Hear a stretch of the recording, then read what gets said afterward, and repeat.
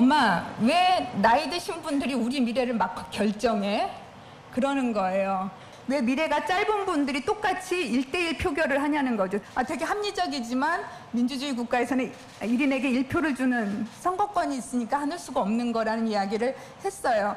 이분들을 폄훼한 것도 모자라 현대판 고려장 집에 박혀 계셔라는 이런 망언에 버금가는 끔찍한 발언입니다.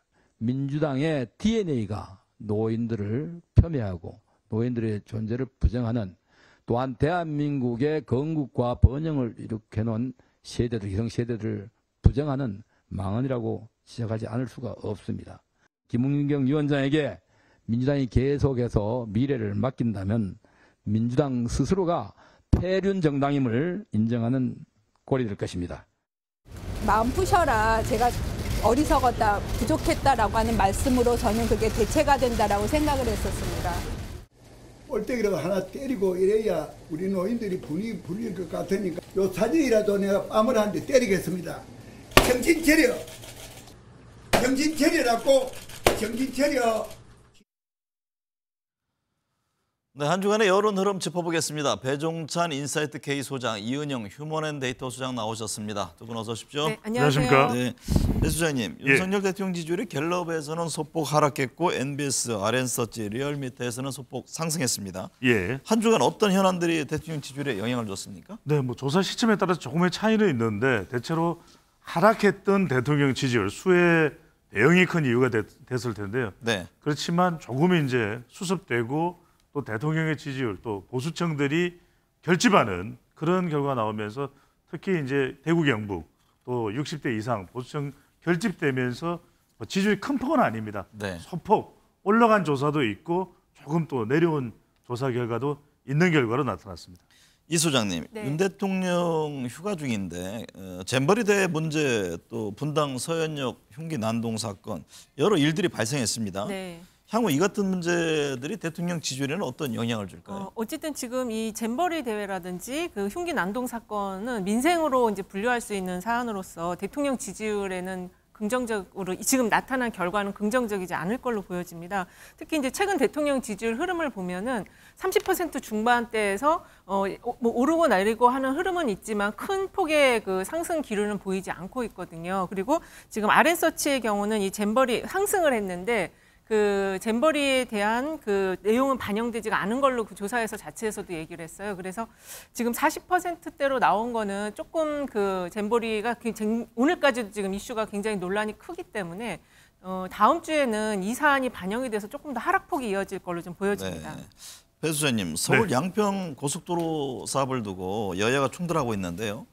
여권은 여야 노선 검증위원회를 꾸려서 노선을 정해 사업을 추진, 재개 여부를 결정하자 이런 입장이고, 야권은 원안 추진과 국정조사를 촉구하고 있는데 여론은 지금 어떻게 나타납니까? 가장 중요한 여론은 추진입니다. 왜 네. 이게 어떤 이유에서든 정치적인 이유로 중단돼야 될 이유는 없는 것이거든요. 그렇기 때문에 중요한 것은 수도권의 이 서울 양평간 고속도로이기 때문에 수도권 여론 또 중도층 진영이 아닌 무당층에서는 또 MZ세대는 상당히 중요한 여론일 수밖에 없습니다. 네. 중요한 또 사업일 수밖에 없습니다. 그런 만큼 중요한 것은 여야 간의 충돌이 아니라 추진돼야 될 사업이다. 하지만 중요한 것은 왜 이것이 노선 변경이 됐는지, 왜 또 전면 백지화가 됐는지 그 부분은 진상이 또 밝혀져야 될 것으로 보입니다. 이 소장님, 그런데 네. 이게 노선 검증의 구성, 이게 뭐 국정조사 요구, 접점 찾기가 쉽지가 않잖아요. 네. 논란에 따른 각 당의 이해 득실은 어떻게 나타날까요? 일단은 이제 노선검증위원회는 그 심상정 의원이 먼저 제기를 한 사안이에요. 근데 그 제기하는 그 내용에 있어서 전제가 있었거든요. 원희룡 국토부 장관이 그 백지화하는 거에 대해서 사과를 하고 이거 자체를 그 백지화하겠다. 이거를 해야지만 이 노선검증위원회를 전문가들을 불러서 정리를 하자 이렇게 얘기한 것이었는데, 민주당은 이제 그거를 받아들이지 않고 바로 국정조사로 지금 국정조사 요구서를 제출을 했습니다. 그래서 지금 국토부하고 여야 모두 다 입장이 굉장히 지금 첨예하게 나뉘어져 있는데, 이런 상황이면은 그 접점을 찾거나 해법을 찾기는 굉장히 좀 어려워 보이고요.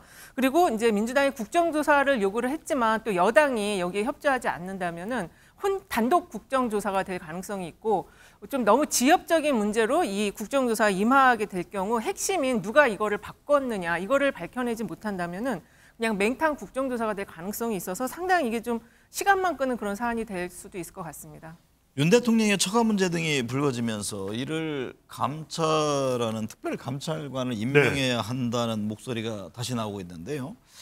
여당은 문재인 정부에서도 특별감찰관을 임명하지 않은 점을 비판하고 있는데 특별감찰관에 대한 여론은 어떻습니까? 뭐 여론조사 결과도 있겠지만 대체적으로 계속해서 특별감찰관이 필요하다는 여론입니다. 그 여론은 왜 중요하냐면은 대통령의 지금 이 대통령실 직제에 민정수석이 없거든요. 네. 그렇다면 대통령과 관련된 친인척 또는 측근 이런 비리들을 감찰하고 예방하고 차단할 수 있는 위치가 특별감찰관입니다. 네. 그런데 이제 뭐 지난 정권에 없었지만 지난 정권 또 민정수석도 있었고 또 중요한 것은 현 정권이기 때문에 근데 또 대통령실의 반응은 얼마든지 여야가 합의하면 임명할 수 있다 이렇게 이야기를 하고 있거든요. 그래서 저는 대법원장도 곧 이제 지명이 될 겁니다. 네. 8월 한 20일에서 23일경 지명이 될 테니까요. 빨리 저는 특별감찰관도 국회에서 여야 간 복수 정도로 복수로 올려서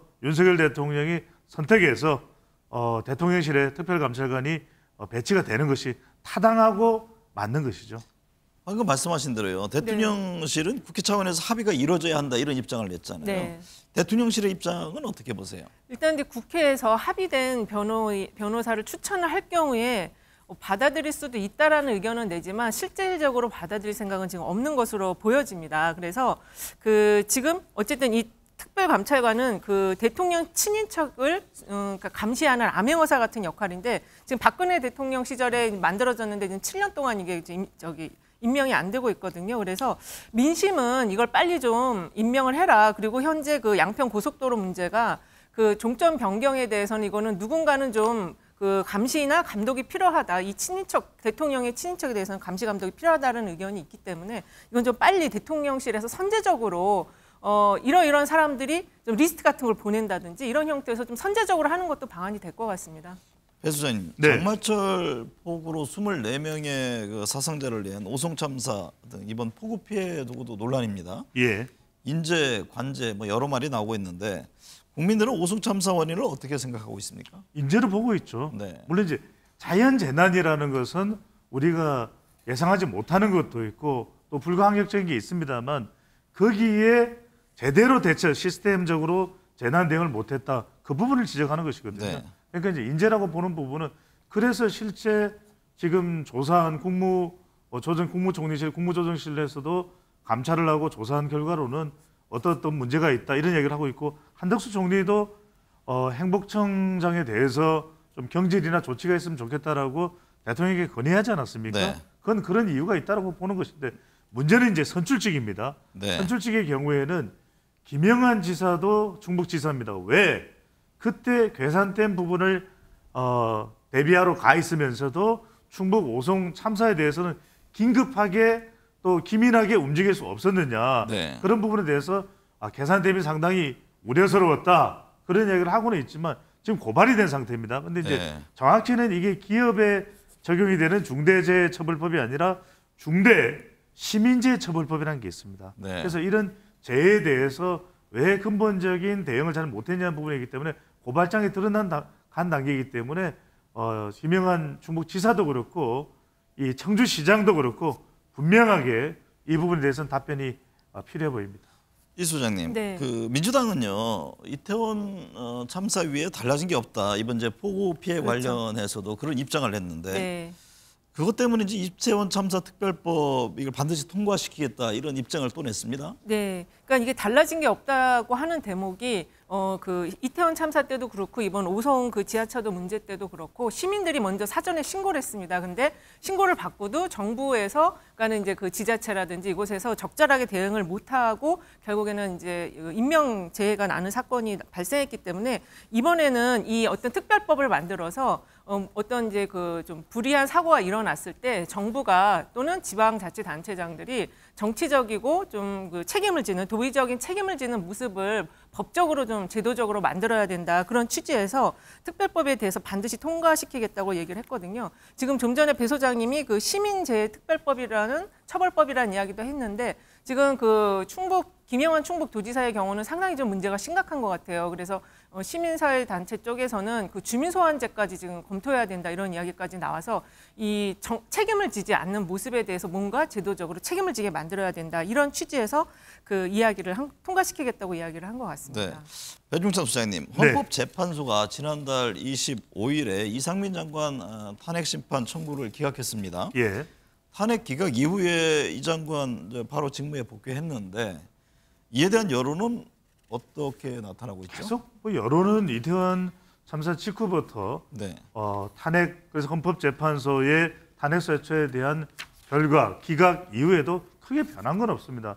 조사 결과를 보더라도 장관의 향후 거취에 대해서 장관직 수행에 문제가 없다가 32.9%, 장관직에서 물러나야 된다가 10명 중 6명 정도는 59.6%인데 여기는 핵심이 있는 것 같아요. 대체로 네. 이 여론이 대통령의 지지율과 비슷합니다. 그러면 결과적으로 이상민 장관 개인이 사퇴 여부, 본인의 거취 여부를 결정하지 못하는 것보다는 대통령과의 특별한 관계가 있는 것 같아요. 그래서 대통령이 뭐 물러나라 그러면 이상민 장관은 뭐 물러나야 되겠죠. 그런데 윤석열 대통령이 계속 이상민 장관으로 가야 된다. 바로 이 생각을 또 판단을 하고 있는 것 같아요. 네. 그래서 중요한 것은 분명히 이제 곧 10월 달이 옵니다. 12구 또 이야기가 될 수밖에 없다면 얼마나 또 이태원 참사와 관련된 부분을 여론은 안 좋지만 이상민 장관이 이 부분에 대해서 철저한 본인의 역할을 제대로 다 하느냐 상당히 중요할 것으로 보입니다.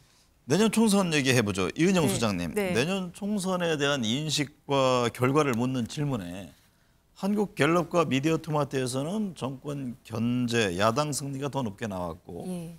NBS에서는 정부 여당 지원이 더 높게 나왔습니다. 예. 전체적인 흐름 어떻게 봐야 합니까? 일단은 이제 좀 전에 배 소장님 얘기하신 것처럼 대통령 국정 지지율을 중심으로 놓고 봐야 되는데 부정평가가 지금 60%에 가깝거든요. 그러다 보니까 2년 차에 있는 총선에 있어서 정권을 견제해야 된다는 의견이 조금 더 높게 나옵니다. 지금 여당 지원보다는 야당의 견제가 더 필요하다라는 의견이 36대 48로 더 높게 나오고 있고요. 이게 이제 갤럽 자료를 보면은 중도층에서도 여당 승리보다는 야당 승리 의견이 더 높았고 무당층에서도 여당 승리 22%, 야당 승리 41%로 전체적으로 다 야당에 좀 힘을 실어주려는 그런 경향이 나타나고 있어요. 근데 이제 네. MBS에서 그 정부와 여당 지원이 더 높게 나온 거는 MBS 조사가 지금 다른 데와는 달리 정당 지지율에서 민주당의 지지율이 지금 20대 초반이 나오는 다른 데 이렇게 나오는 숫자가 없는데 지금 MBS만 그렇게 나오거든요. 그러다 보니까 그 흐름 속에서 여당 지원의 흐름이 더 높게 나온 거는 보수 과표집으로 좀 이어질 그 해석을 해볼 수가 있고요. 그래서 이 지금 전체적으로는 이제 수도권이라든지 무당파 중도층의 흐름이 중요한데 이 흐름 자체도 전부 다 좀 견제 쪽으로 이렇게 네. 좀 많이 축이 이동돼 있다 이렇게 볼 수 있을 것 같습니다. 배 소장님, 예. 8개월 앞으로 총선이 다가온 가운데 총선 인식 결과를 묻는 여론조사 지금 잇따르고 있잖아요. 예. 이게 각 당에 미칠 영향 그리고 지금의 여론조사 결과들이 네. 내년 총선까지 반영이 될까요? 반영이 되죠. 그래서 이 여론조사를 금가옥조로 해서 각 당이 정말 엄청난 변신을 해야 되는 겁니다. 왜 중요하냐면 방금 전에 이은영 소장이 강조를 했듯이 내년 총선은 수도권 총선이라고 이야기를 합니다. 그런데 수도권 대전이 벌어지는데 지금 여기서 가장 민감하게 반응하고 있는 여론이 중수층이다. 중도층, 수도권, 그리고 청년층인데 문제는 뭐냐면 국민의힘 경우에는 이 정권 중간에 치러지는 선거의 구도는 다분히 정권 심판적 성격이 강합니다. 네. 그렇기 때문에 얼마나 중요한 변신을 해야 되냐면 결과적으로 경제입니다. 네. 먹고 사는 문제, 무항산, 무항심입니다. 네. 우리 스페셜에서 계속 이야기를 드리고 있죠. 또 하나 중요한 게 소통. 우리 정은가 뱅커가 김현철, 김영삼 재단 이사장을 인터뷰하면서 그 이야기를 합니다. 소통이다.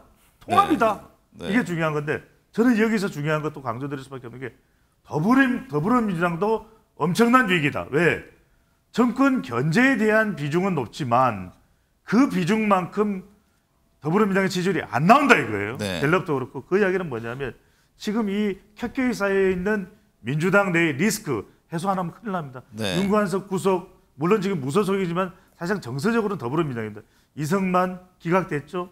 그다음에 혁신이 계속해서 좌충우돌하고 있죠. 그래서 뼈를 깎는 혁신과 변신, 김은경 혁신으로는 도저히 안 된다. 이런 평가가 나오는 것입니다. 이 소장님, 흥미로운 여론이 있어서 제가 좀 질문을 드리는데요. 네.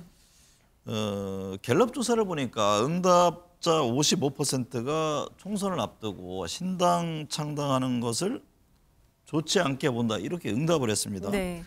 그동안 여론조사를 보면 무당층이 상당히 많이 나오고 또 증가하고 있잖아요. 네. 그럼에도 불구하고 신당 창당에 대해서는 이같이 부정적인 시각을 드러내는 이유는 뭘까요? 나는 좋게 본다라는 의견이 28%고 좋지 않게 본다가 55%로 좋지 않게 보는 의견이 굉장히 많은데 네.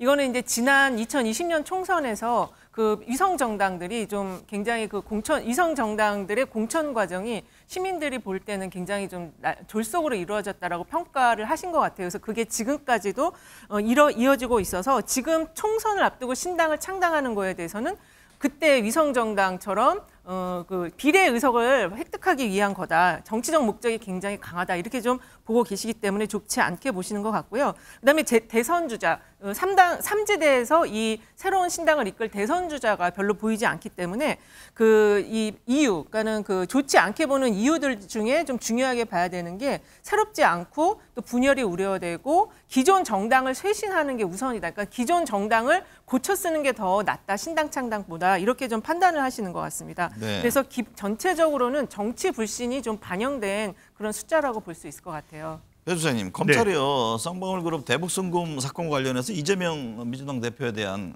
구속영장을 청구할 수 있다 이런 관측이 나오잖아요. 예. 박강원 민주당 대표가 오늘 그런 얘기를 했어요.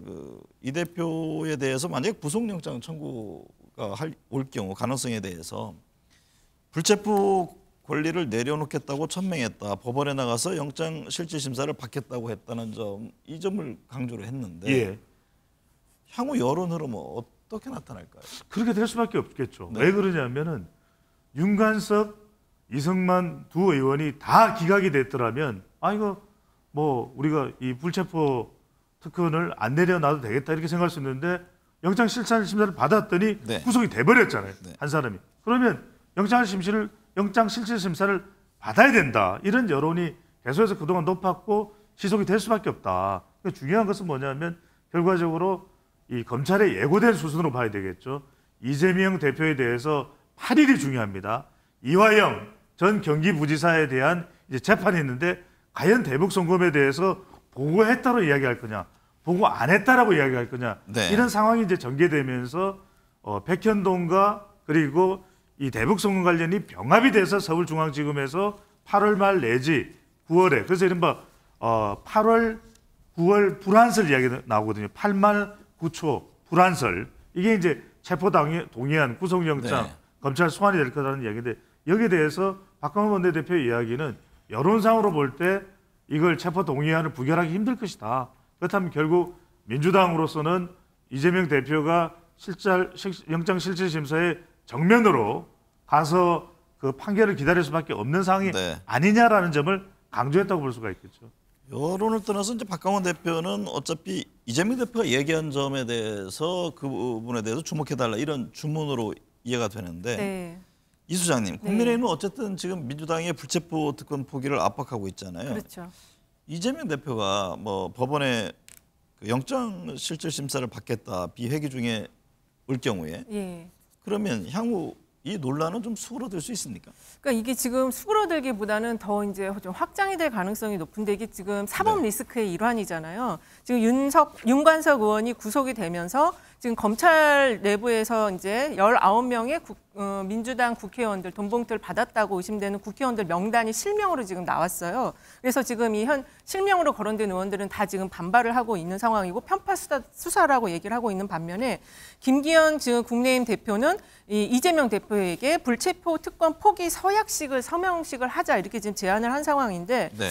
이게 지금 중요한 거는 8월 15일 그러니까 회기가 있는 시기와 없는 시기 그 기점이 8월 12일인데 그 전과 후 언제 체포 동의안이 이재명 대표에게 오느냐 되느냐 이게 굉장히 그 당에서 이재명 대표 스스로도 이제 판단의 기준이 되는 시점이 될 것 같고요. 네. 근데 여기서 중요한 거는 그 이재명 대표의 정무조정실장인 김영진 의원께서 이 불체포 특권 포기와 영장실질심사는 하나의 같은 거다. 그래서 실질심사를 받으러 갈 것으로 지금 이야기를 하고 네. 있거든요. 그래서 이게 지금 당내에서 어떻게 지금 이재명 대표의 그 출석 여부를 어떻게 지금 이해하고 있는지 어떤 정무적인 관점으로 이거를 할 것인지는 전혀 지금 예측이 안 되고 만약에 실제로 이제 이재명 대표가 나간다고 하면은 그 민주당 지지층에서는 아마 진짜 분당하겠다, 탈당하겠다 이런 흐름도 굉장히 네. 크게 나타날 수도 있을 걸로 보여져요. 배 수장님, 심평 네. 변호사가요. 윤석열 대통령이 국민의힘은 안 되겠다며 신당 창당을 고민한다. 이런 얘기를 했다가 예.